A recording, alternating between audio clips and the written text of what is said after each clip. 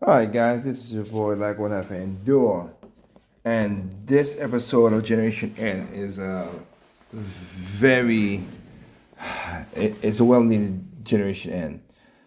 So I want to show you something here on the screen.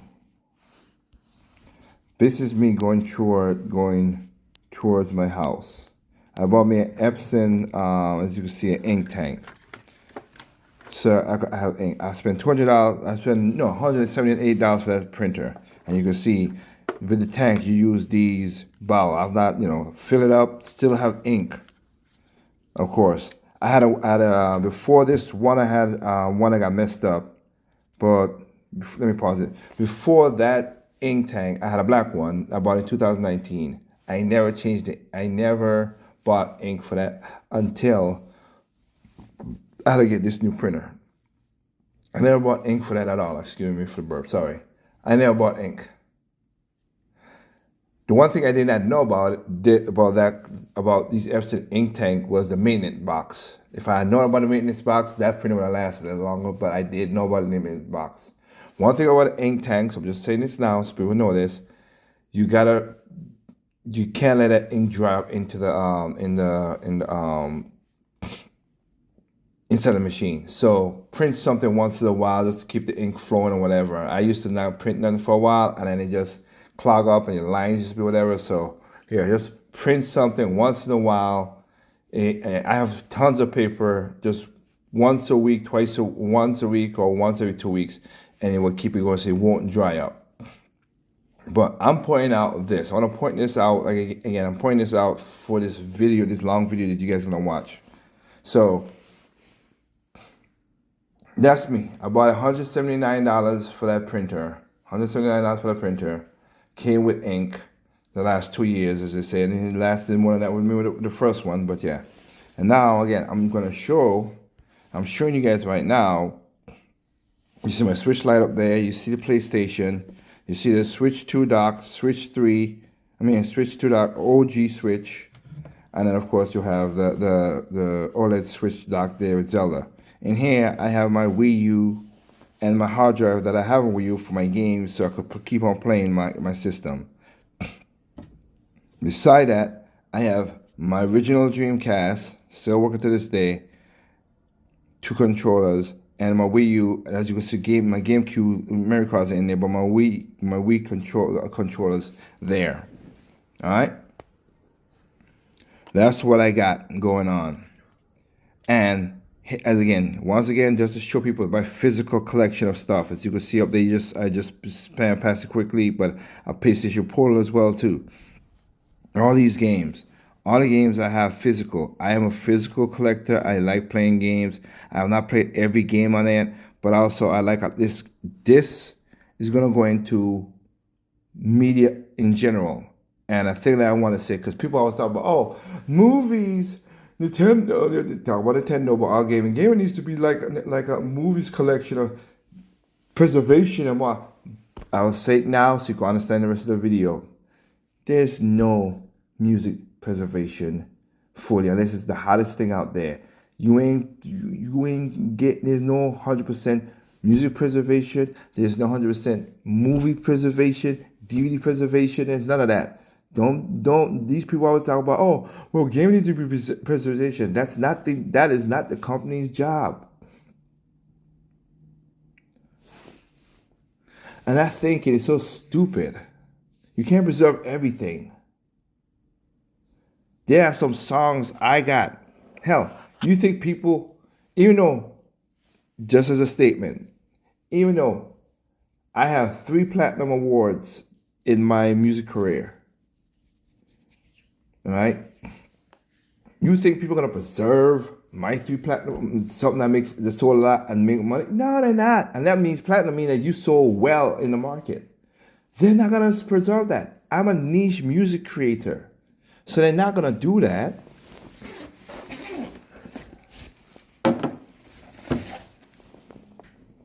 They're not gonna do that. Because I'm not a mainstream artist. I'm not a mainstream producer. I'm not like a Timbaland or Pharrell. I'm not like a Queen or Michael Jackson. No.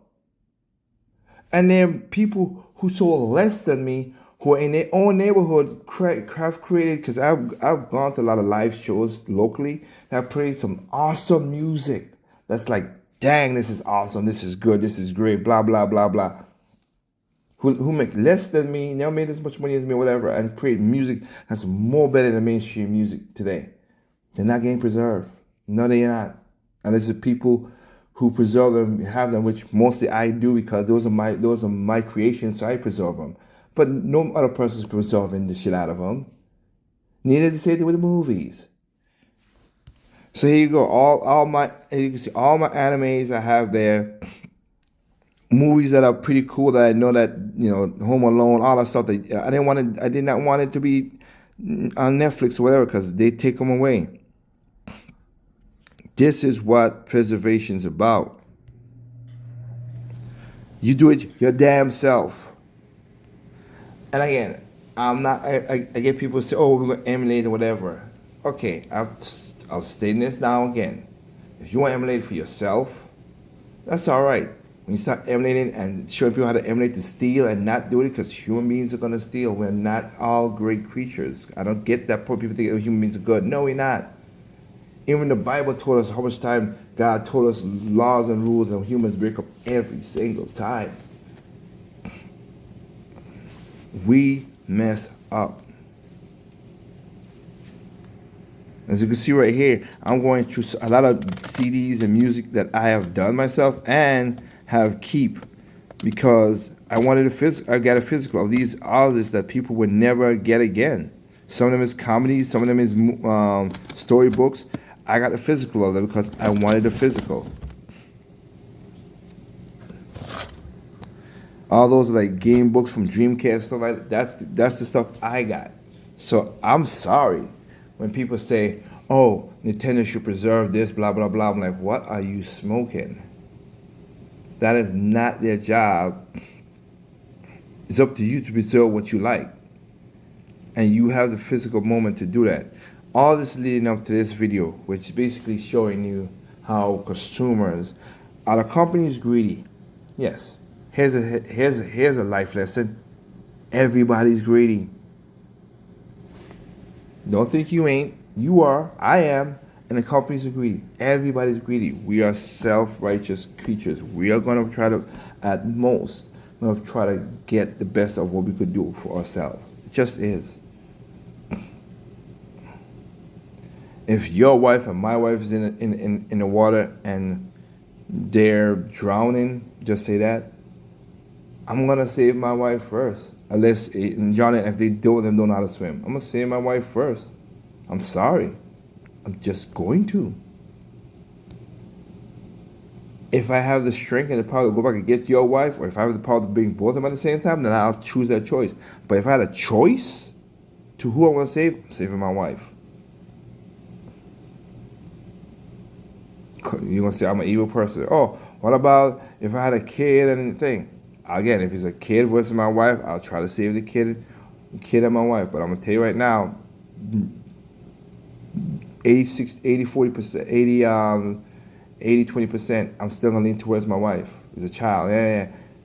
I gotta know the situations, I gotta know what's going on, but again, I would try to save them both. That is my initial setup. But so corporations are greedy. And the reason corporations are greedy because humans are greedy. And we are in this thing. And as you're going to see in this video, sometimes you have to rebel against something. Sometimes you got to go against the trend. And that's all right. I have no problem going against the trend. But don't go against the trend to start a new trend. Go against the trend because you like it. Like that's what you want to do. Not because you want to be loved by everybody else. They want you to own nothing. So what I want you to do is take the thing, those green dead presidents in your wallet, or the digital zeros and codes in your wallet from the credit card and debit card, and don't give them what they want.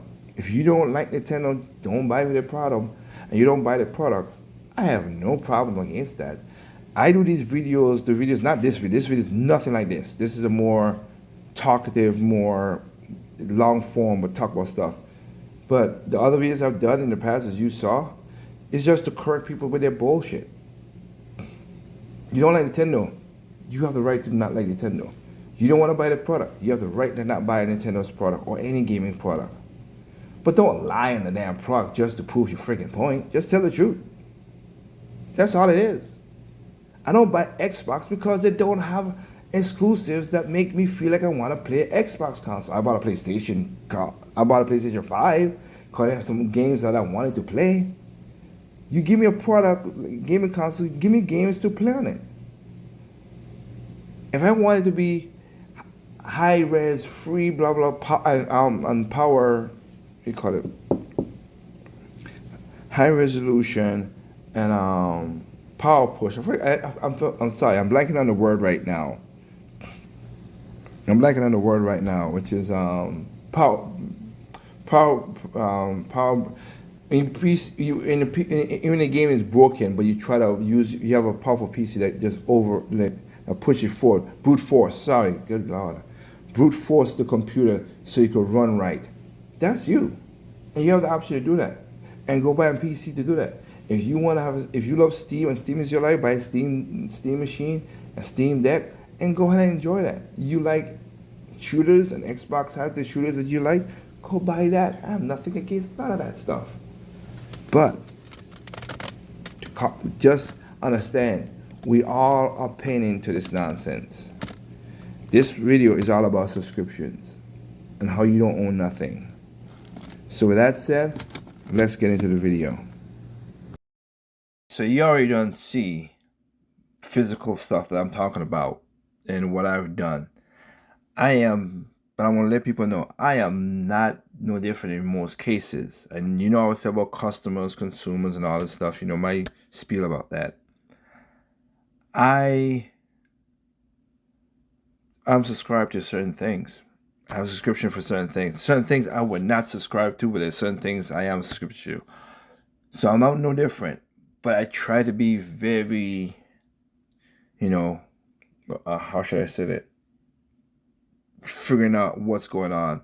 And even one, I had a charge that happened this month from something. I was like, wait, I thought I know I canceled that out. We'll get into the video here, which show you that it's going to be that.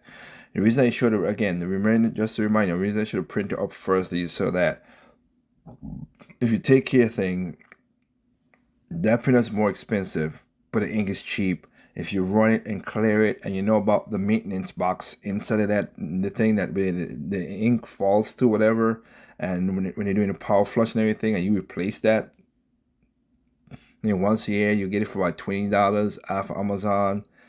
You could at least get a printer would last longer. My last printer before that lasted longer, but if I known about the printer box, the ink box, then it'll last longer. But I did not know about that until late. That's on me. So I had to give up that ink for that. But that one lasted until 2025. I bought it in 2019. So I gotten out of it. I didn't spend no ink on that thing at all. I have the same ink from what it was before, so I never used ink at all in that one. But the reason I'm talking about the ink more now is because I'm going right here into this right here, business insiders. Why everything's so expensive. And this is going to talk about gaming, videos, everything. And I want to point out something as well, where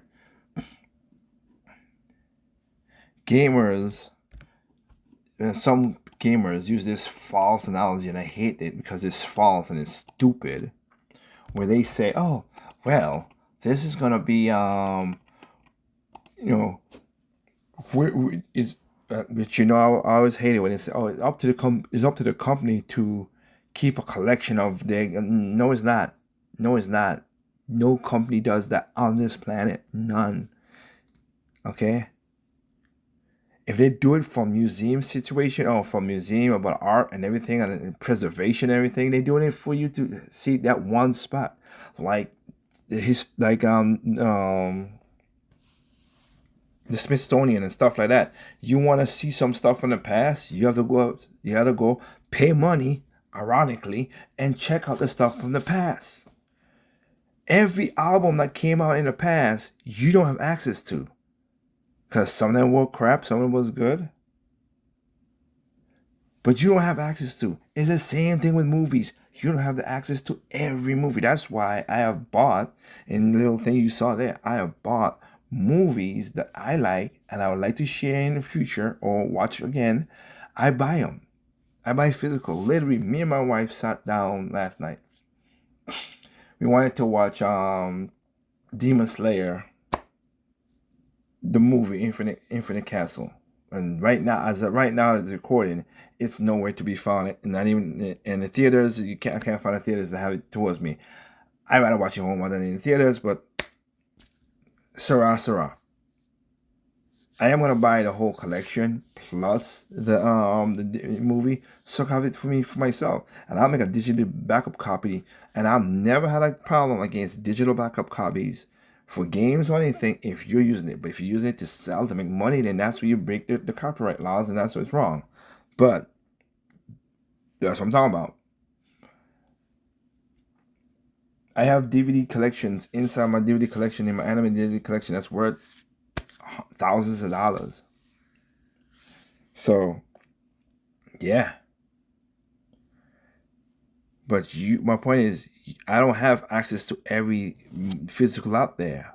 I mean, I like Pirates of Dark Waters. This, if you want to buy that, if they have a physical version of all up to where it needs to be, I can't. It's hard to find. It's very hard to find, and it maybe will be expensive. I want to play. I want Hot Wheels 5, season 1 and 2. Those were two good cartoons I didn't grow up on, but I used to love to come home from work when I used to work Sundays Saturdays at the studios and watch them. I have them, but it digitally is just kind of messed up, and it's in a format where I cannot really replay them again. Thank you, Windows, and it sucks. So I'm trying to find a physical version of those things, and all I can find is the season 1 more than season 2. I mean, season 2 more than season 1. So it's kind of crazy. SRW, one of my favorite game franchises out there. The original Saga, the OG Saga, and that SRW all together.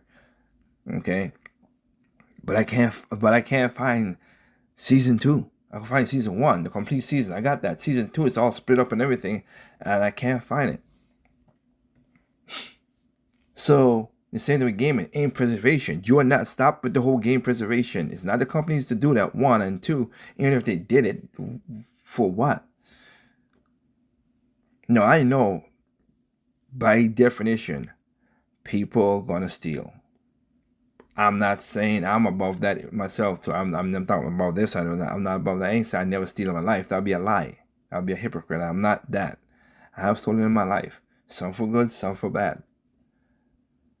But I've never downloaded, emulated, or whatever a game. I've not done that.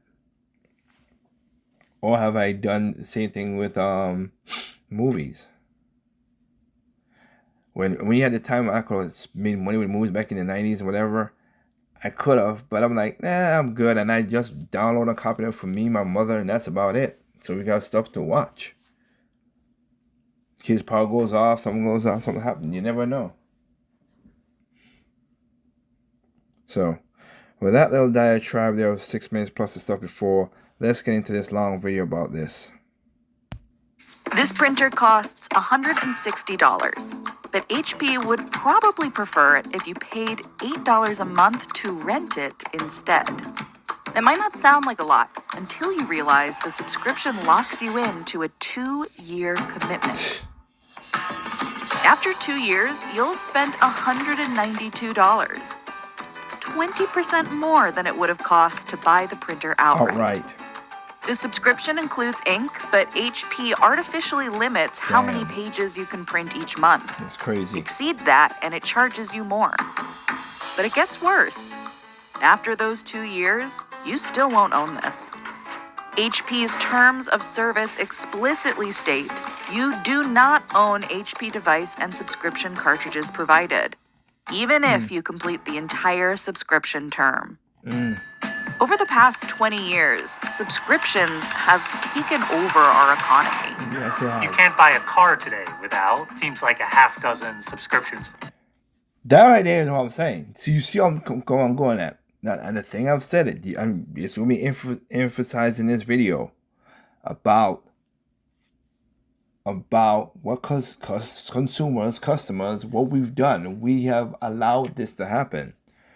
Again, I'm not taking myself out of the equation. I am more anti-subscription, but I get it. I have subscription myself. Amazon. I have Amazon Prime. They got me with that. I want my stuff to be that. It does suck. It does really just like why, but I do have that. I'm powerless. I just turn up one day and suddenly I've got to pay more money. But the cost isn't the only problem. If everything is a subscription, we won't actually own anything. Exactly. Consumers are fed up, and some are fighting for the right to own what they buy. Respect for them, and that's what I'm there for too. That's why I say buy physical games, and also PC Master Race. You have some places Steam ain't it. I'll tell you that already, because they would use Steam in this video. They didn't use Steam. They used is it GVG or Good Games Going Good. We'll get to that point. You know what I'm talking about, to use it. They don't have all the games. They get some games they could get and make it physical that you could play the game without that. Play the game with the digital code without that.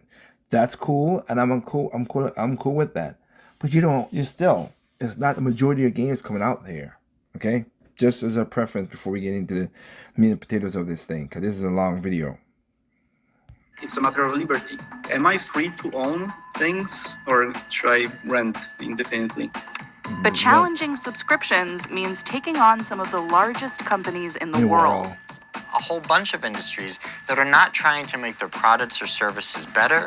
They're trying to find new ways to earn money from consumers every month.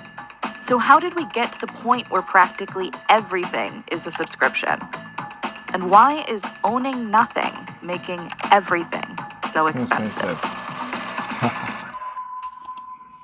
Subscriptions feel modern, but they've been around for centuries. Yep. Americans used pay-as-you-go for... And I do like that they go back to the history of this. This Business Insiders is one of the channels I subscribe to.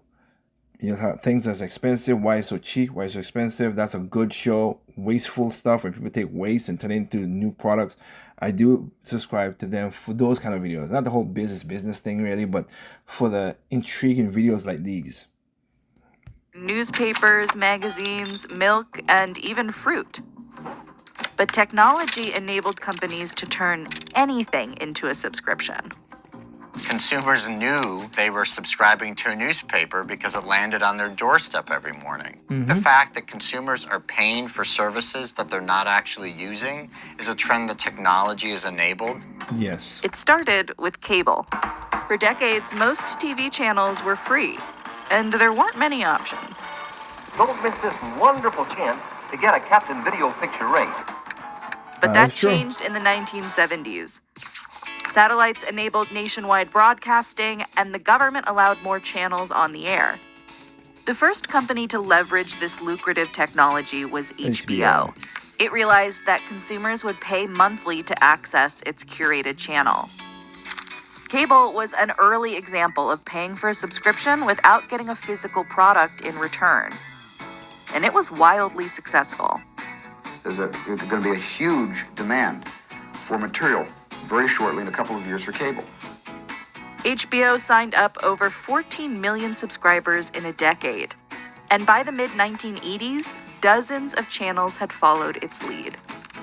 I want my MTV! The percentage of households with a cable subscription jumped from 7.5% in 1970 to around 67% by 1999. But that was just the beginning. Starting in the 1990s, internet providers like AOL connected millions of Americans using subscriptions. Yep. You've got mail. Oh, yeah. And consumers started shopping online.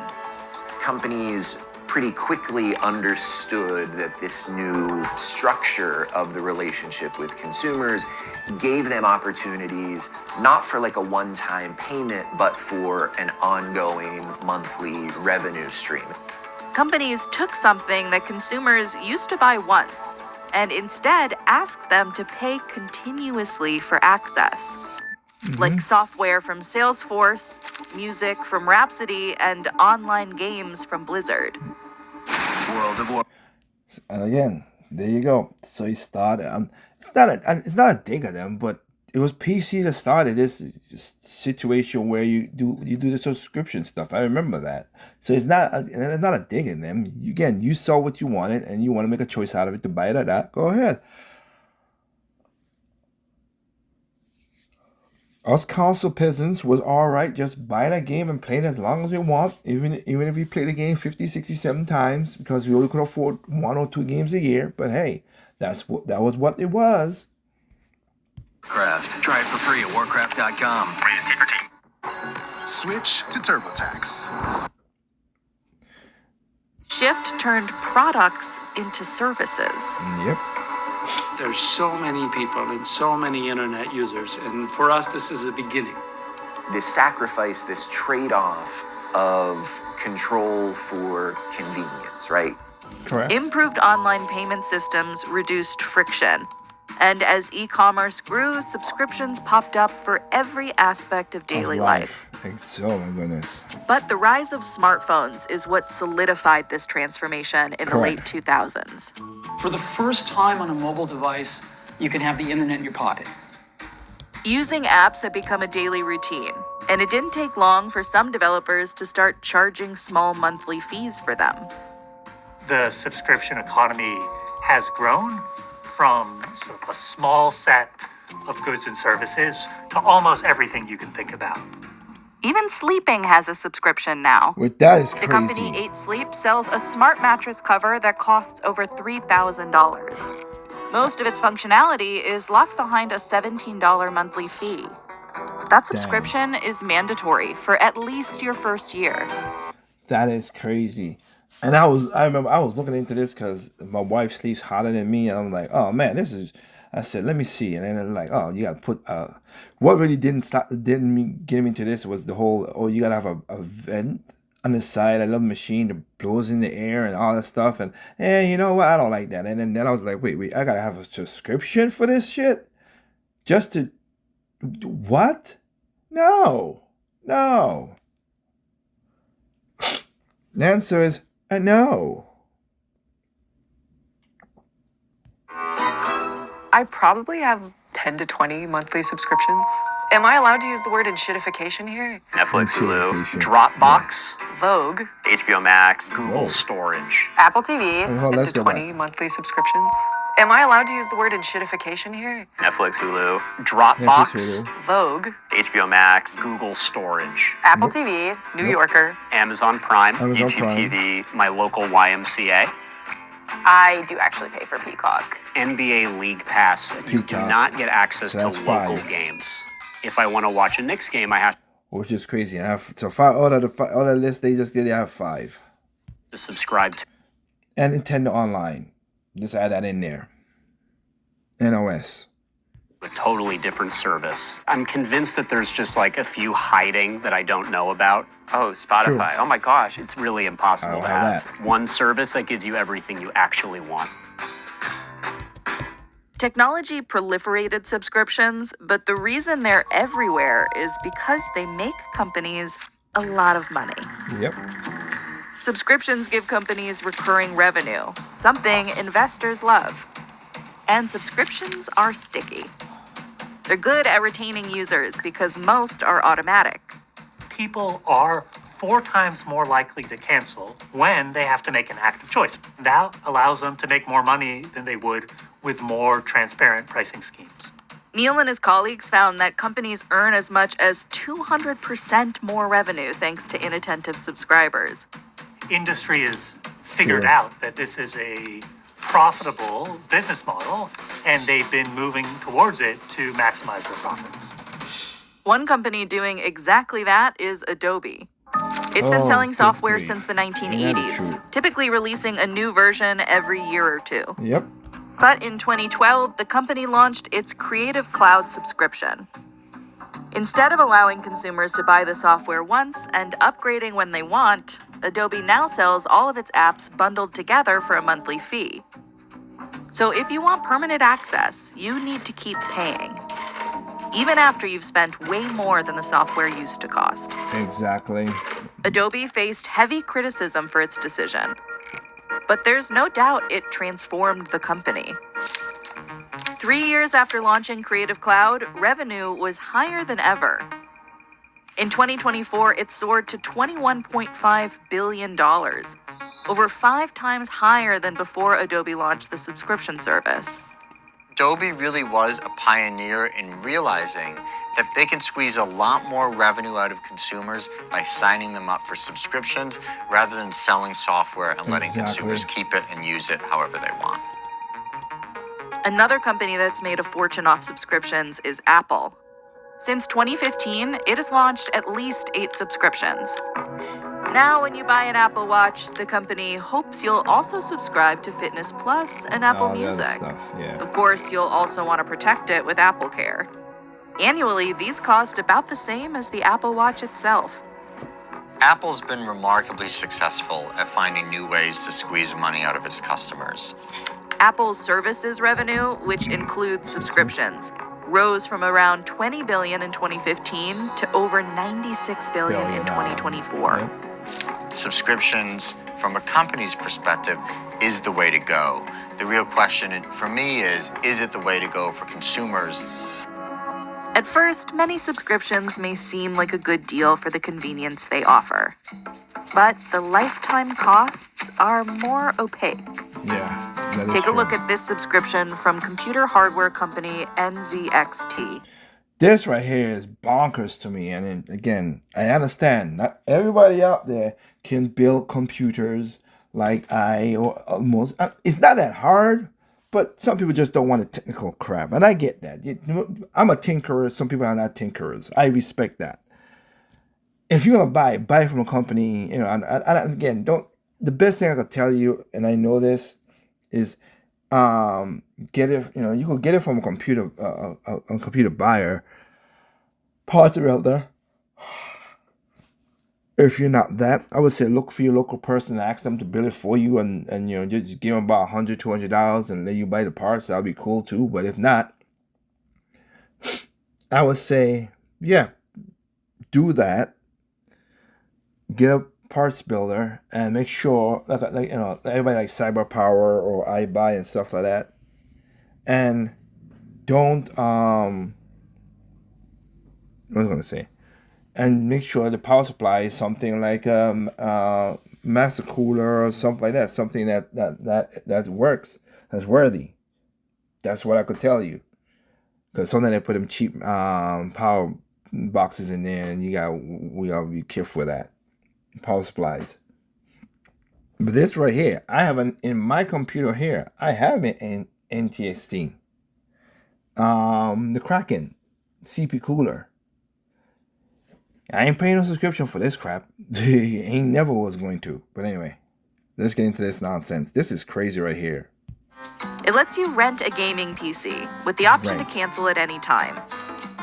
The middle tier costs $129 per month, which might appear like a steal. But let's do some math. It'll only take 15 months to spend more than the value of the computer itself. At that time, yeah. It's common for a PC to last more than 5 years. Yeah. In that time span, you'll have paid NZXT over $7,700 through its subscription. For that amount, you can buy the PC 4 times over. Exactly. Other companies entice users with free trials or sign-up promos, hoping they'll stick around even after the subscription outlives its value. It's becoming almost anti-customer, where it feels personally as a customer. Amen, brother. Amen, brother. Anti-customer. That's what I say. Consumers consume. It's anti-customer. That's what it is. Or sign-up promos. Play it again. Hoping they'll stick around even after the subscription outlives its value. It's become. Before you go back to the end, you said, and that is true because Google, you bastards, I have a Gmail, and they was like, oh, we'll save up to 15 gigs is free and blah blah blah blah blah, and then they're like, oh, okay. I blocked it. I stopped it from backing up once. And for someone to unlock the block from something, I didn't unlock it. It unlocked it by itself. And then I'm like, oh, you can't get your Google Mail because you did not, your space is too big. You need to spend $10, blah, blah, blah, blah, blah, blah, blah. I went back in there. I cleaned out my trash bin and everything. I would tell people to do that every once a month, but trash thing. And then I went back in again and said, do not back up. I don't want to back up nothing. If I wanted to back up something, I'll back it up to myself, not Google. That's not your job. I'm not that lazy. So, yeah. Almost anti-customer, where it feels personally as a customer that I'm preyed upon. And the problem isn't just that the cost adds up over time. Many companies purposefully make it difficult to cancel. That is true. I Dark know that. patterns are when a company designs a user interface, like a website, to deliberately trick or deceive customers. Once companies have consumers' payment information, charging people is frictionless, raising prices is easy, and canceling subscriptions can be really hard. Sam Levine was director of the FTC's Bureau of Consumer Protection under Joe Biden. What I saw during my time of government is some of the biggest companies in the world were some of the biggest abusers of subscriptions.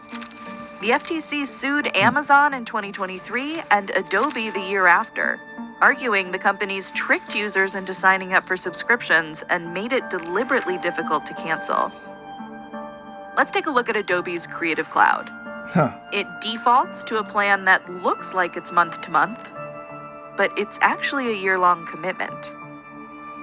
The FTC said Adobe didn't clearly state that customers needed to pay a fee to unsubscribe early. You think? These fees were so big and so important to Adobe's bottom line that one executive of Adobe described it as being like heroin in how addicted the company was to these fees. Yeah. Adobe declined Business Insider's request for comment. Of course it did. In 2024, it told The Verge that the quote was taken out of context and said cancellation fees made up only a small part of Adobe's revenue.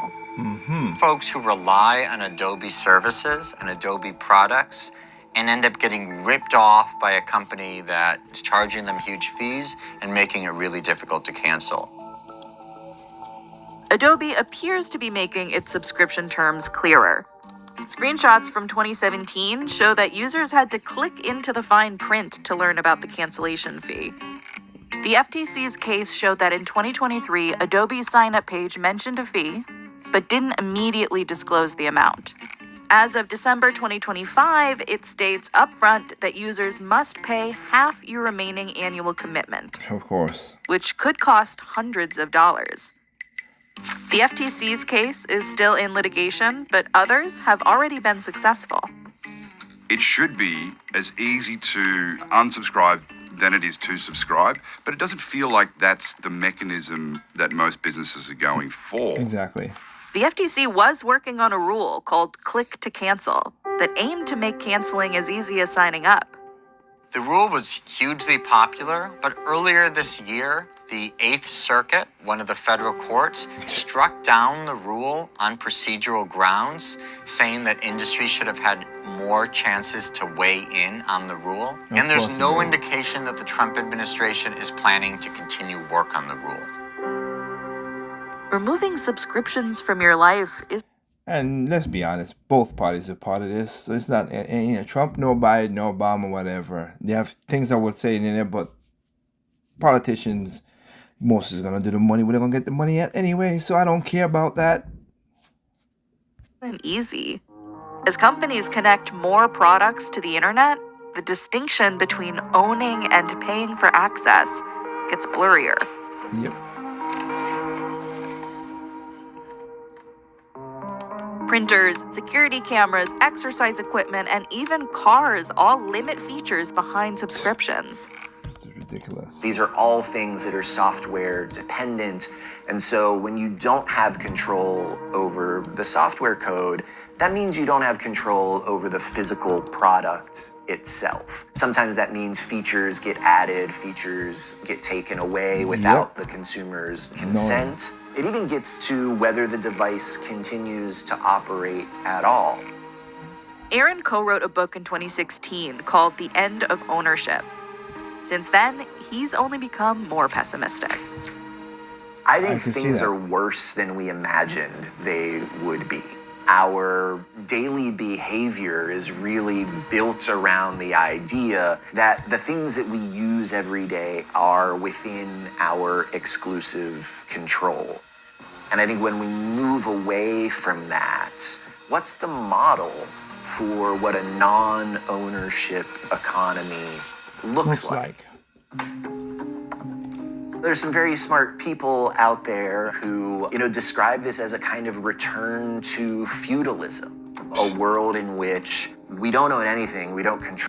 Yeah, of course, tech people will do that.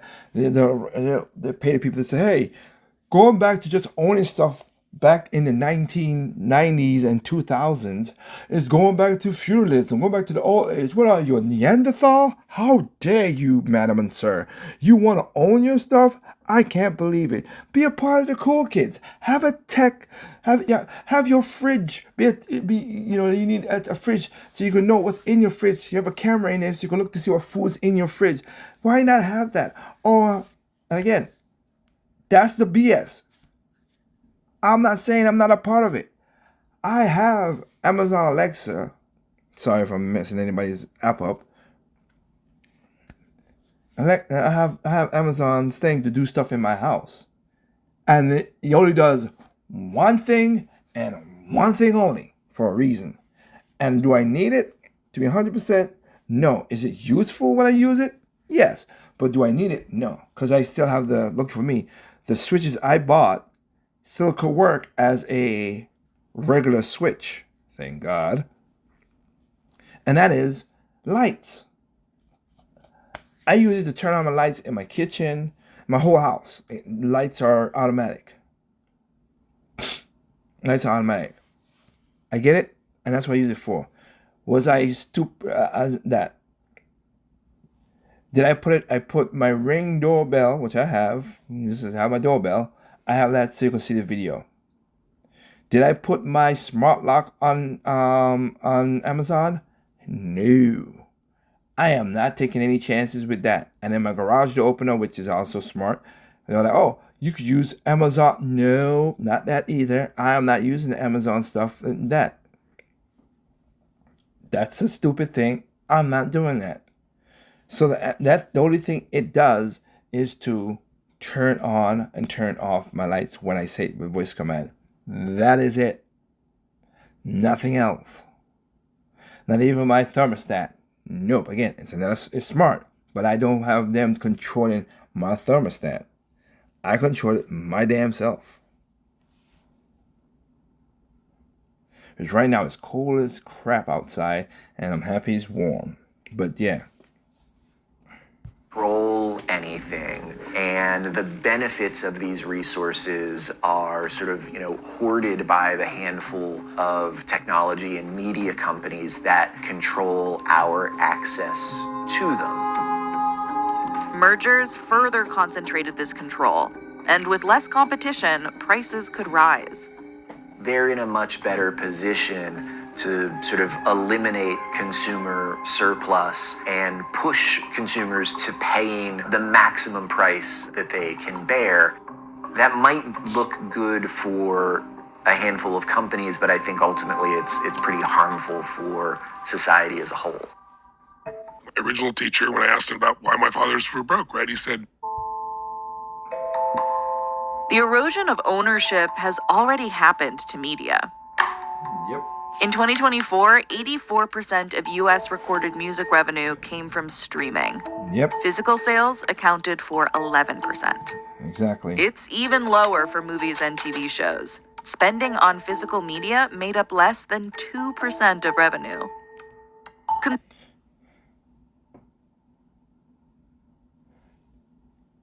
Understand that, people. That's why, again, it's the consumers who went and gave them the money. 80%, 90%. Look at that number for the DVDs. And same thing goes with gaming. 80% of games are bought digitally, not physically. So again, What do you want me to do? At this point, I'm doing what I'm supposed to do. Buy my games physically and enjoy them. Oh, Nintendo's greedy. Again, without what? Sony, Microsoft, Steam? Everybody's trying to make money. So, nope. Consumers don't own the majority of media they consume, which means they give up the right to resell it, loan it to a friend, or pass their collection down through generations. Exactly. When Netflix blocked password sharing, it made this imbalance clear.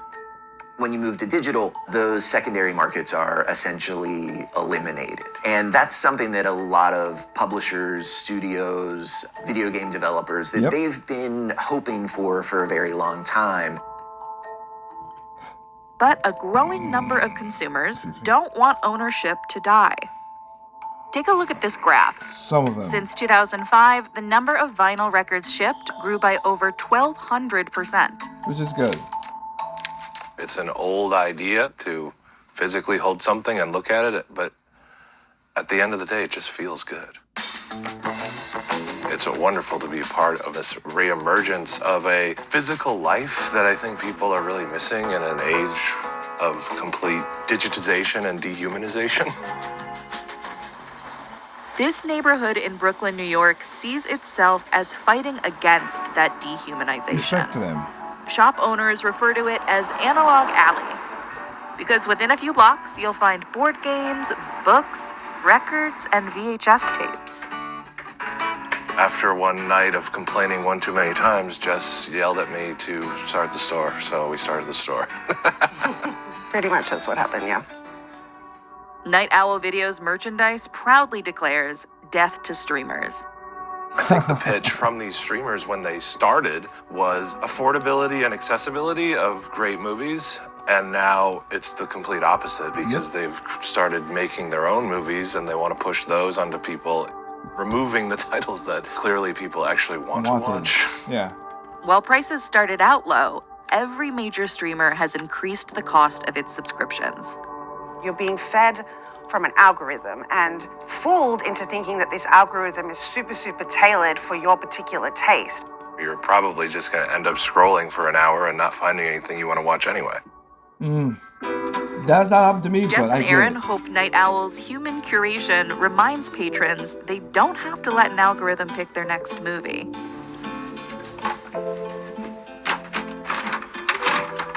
For your consideration, Spirited Away, this is like pretty rare.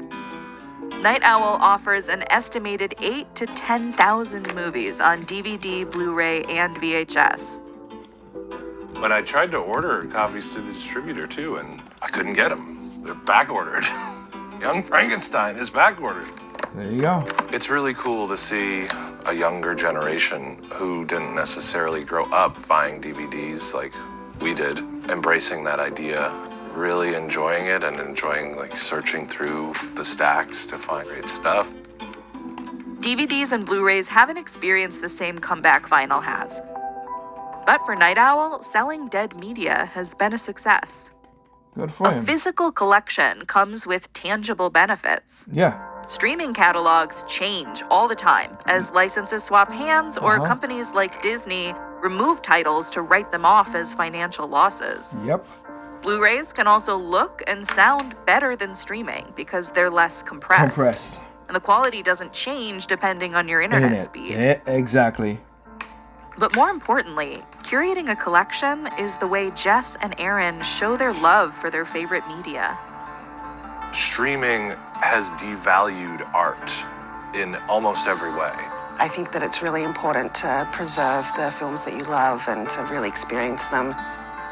The expressions on a lot of people's faces when they come in, it's like, wow, this still exists. It's really a nice thing. Good. Fighting the subscription trend became a personal mission for James Kuda, too. I deeply hate subscriptions, unless they make sense. His company, Makes sense, Procreate, yeah. has become wildly successful by asking its users to buy its apps once. yes, we would technically make more money if we were going down a subscription route. We're all in business to generate revenue, but I think the other part of that story is we're here to generate revenue and provide value to the customer. And I think that part is just not being evaluated. We're sort of prioritizing revenue generation at the expense of the customer. I think that creates quite a lot of brand damage because you're not eliciting a feeling of joy or fun when you're interacting with that brand. You're creating a sense of aggravation and a feeling of entrapment, which I get that. Here's the thing to say that too. That's also, remember, we have Zoomers and Gen Z and the Zoomers and whatever other alphas and all that stuff. They've been procreated to be. This is pretty cool to not own nothing. So you have to reprogram them out. A lot of people, I know people that say, "Oh, they're Gen Z and the alphas are not." No, it's still there. It's still there in big numbers. They just show you the pie charts of how much movies and music is sold, and how much is physical. It's there. Customers don't forget. Loving, loyal. Are feeling the aggravation too. Microtransactions, battle passes, and online-only functionality are all too familiar in modern gaming. Exactly.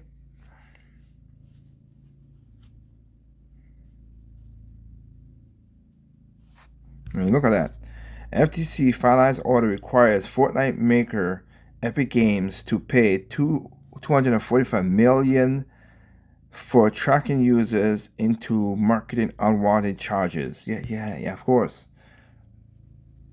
I'm not surprised by this.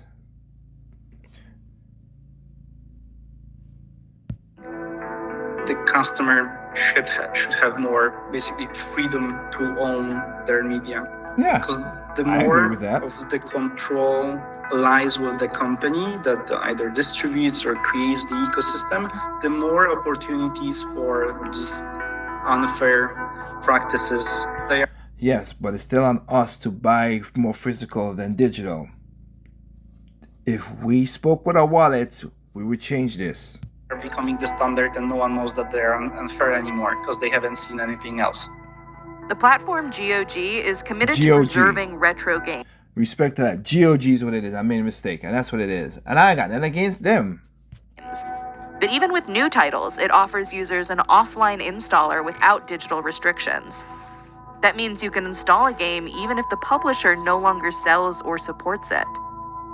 The aim was to solve that for consumers and to build a digital distribution platform that would keep the good things about physical distribution, but move them into the more convenient digital era. You have the files, but they're yours. You can keep them. None against It's a matter of liberty. It's a matter of whether I can actually. But they don't have all the games that came out new or whatever. Just remember that. That's what I'm saying. I am cool with this. They don't have all the games. So just saying you're saying I own everything. They own something, and whether a company takes something away from me, am I free to own things? Is that okay for me to own, or should I rent indefinitely?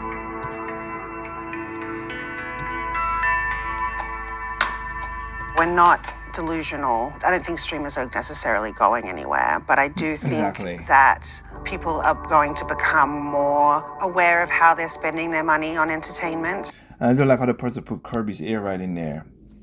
If you have the physical game from before, like you just have right there, man, you own it. Now, yes, it's on NOS per the video of the fake Real RZA with his dumbass with the whole dang thing with Fire Emblem. Yeah, sorry. If you own a game, you own it. You get to play the game now, whatever. And now there's a new version, a new, more popular version of that same game that you want. Buy it. It is physical. It is physical. Nintendo, who would have saw that? It's physical, and you go buy that. Just like earlier they showed on Wind Waker. You could buy it for the Wii U, which I did. It's physical, which I got, and play it anytime I want. Hit me with the Nintendo games, whatever. but it's physical, and you could buy them. You're going to have to spend a little bit more money now because you never got them. And again, I feel hurt for people who was born past those games. But like for me, I was born past Coleco and all those Magnavox and all those and Atari games.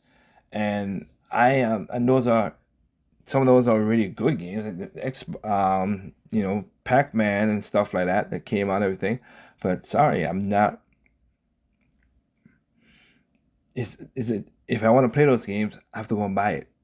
That's just it. I don't think it's worth it for me to go do that. So that if it was worth it for me to do that, I would go and buy that. Consumers should make whatever choices work for them. I'm not here to tell everybody that they're wrong for having a Spotify subscription and everybody just needs to buy vinyl records. That's true. And that's what I'm saying. You have the freedom of choice. The thing that I'm saying is, don't be bitching about companies. Oh, why did Ubisoft let this happen? Blah, blah, blah. The game was always online. If you can't read that wasn't even not in the fine print. They told you that from the get-go. If it wasn't a fine print, I wouldn't even give you I would be like, okay, yeah. The crew, yeah, it's going to be that. But from the get-go, they told you it was always online. And I was like, the fuck? Nope. But y'all wanted that shit anyway. So that's what you get. One of the things that troubles me is that for people who want to buy tangible copies, that's becoming increasingly difficult to do. There are products that many of us no longer want, and we're still subscribed to. And that's generating revenue for those companies. That part I don't like. And it means that a new company, which is offering a product that we do want, they may not have an opportunity because our money is tied up somewhere else. But the FTC is going to keep playing whack-a-mole unless it actually issues a rule that applies to every company in the economy, saying you can't trap people in subscriptions and you can't lie to people when they're signing up. Yes. No matter what worries I don't care. I don't care what side it is, left, right, Republican, I don't care. FTC, just do that. You're more worried about the stupid thing about, we can send you this. They ain't care about that. Do this. This makes more sense. I don't care if it was on the Bino, if it was on the. I don't care. Do this. This is needed for sure. I'm like a statement. Stop y'all with people's money. I think the status quo is more desirable to the companies that control these markets, and I don't think they're likely to yield that control without a real fight. Yeah. And of course, you can see nobody comes and declined to comment. Of course, they declined to comment. Why would they comment? Some did. HP and M. But yeah.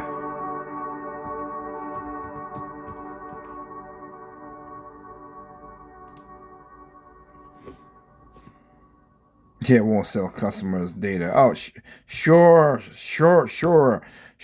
Unlikely, maybe free tracking apps, whatever. We don't sell customers' data. Whatever. 8. Whatever. My thing is to I need a prescription to warm up my damn bed or cool my damn bed. That's notoriously messed up. I need pay monthly maybe to do something that is crazy. Now I'll do it with my regular AC and buy me some nice warm sheets or some cooling sheets and put some wind on them, and that's about it. Anyway, I want to do this video to show this situation again. We have caused this situation. The gaming industry is no different from the. It's no different from the the music industry or the video industry. And when people talk about again, that's a lie. All movies have not been preserved. All music has not been preserved, which means all games will not be preserved. Stop the false lying. That's not gonna happen. So let's do the right thing and buy physical games when we could buy physical games. That's all I'm saying. If you get it physical, buy physical. Well, it's more expensive. Okay then. You want a digital game, you got it. But just know you have the caveat of you don't own it. That's, again, You can't bitch about something while doing the same thing again. I did videos about that. Even people I do like, I've done videos of people I do like on the chat, on the YouTube channel gaming.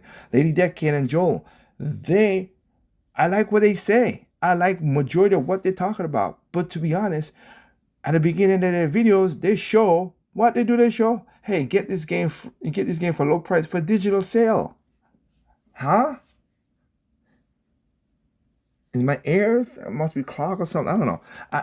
I just heard a person who likes physical tell me to buy something digital? Like, that's what I'm saying. If I can buy it digital, I mean, if I could buy it physical, I'm gonna try 90% of the time my best to do it, to get it physical. That's why I didn't buy the Power Rangers game. I was gonna get it physical, but then seeing what they're going on right now, I'm like, y'all gonna refix it or y'all gonna whatever. I ain't buying it digital. And I only buy digital for any companies where I know that they have a repertoire of respect for me to buy them. And again, there's some indie games I wish I could get physical. I wish I had Icy physical for the Switch. I never get it for PlayStation, and I might have to go that route. But I like it better on the Switch because that's why I played it and I love it. I'll go with the Switch, but I can't get it. But if I can get it, like Valkyrie Chronicles Complete Edition, hey, Limited Games 1 did it. I bought it. The Dominus, Castlevania Dominus Collection, I couldn't get it. I saw a sale came up. I got that. Shinobi, I missed that sale. It came back up. It was $60. You could get it. You could have got it for cheap. I could have got it for cheaper, but when it was initial. But I was so busy I forgot about it, and then so I paid my stupid tax, my penalty tax for not getting it when I could have gotten it, and paid more money. It is what it is. But I know I wanted to play the game. I could buy it cheaper. I could buy it for $30, maybe $25 online on the digital store if I wanted to, and I could have. I didn't. I want physical where I own it. That nobody could take it away. Nobody could delist it. Nobody could take it away from me. That's what it is. So again, another great video here, in my opinion, about Generation N, literally, and seriously, I don't know what to do, but I know I'm doing it for me. And I see how many people done stupid stuff talking these videos. You see, I debunk these videos left and right about things. You gotta do this, man, on your own. Buy what you like. Don't buy what you don't like. That's a very simple concept. If you get a physical game, buy the physical game. If it's more expensive, if you can't afford it, then buy the digital game. But understand that you cannot bitch that you don't own nothing. You know what you was getting into when you bought digital games. So stop it. And read the fine print of a lot of these game companies like that. You think I'm gonna buy a digital game from Ubisoft? No, I did not. EA? Hells no. Activision? Microsoft? Like, I'm not buying no digital game from none of those companies. Even if it's a game that I like. The closest I was close to doing it, because I know they would never know physical, was Perfect Dark. And they canceled that. So, the answer is nope. So, there you go. Anyway, with that said, hope you guys enjoy the rest of y'all night. Remember, there's no perfect games out there. What's perfect to you is not perfect to me. What's perfect to me is not perfect to you. Simply enjoy games on all consoles, including PC. Peace out.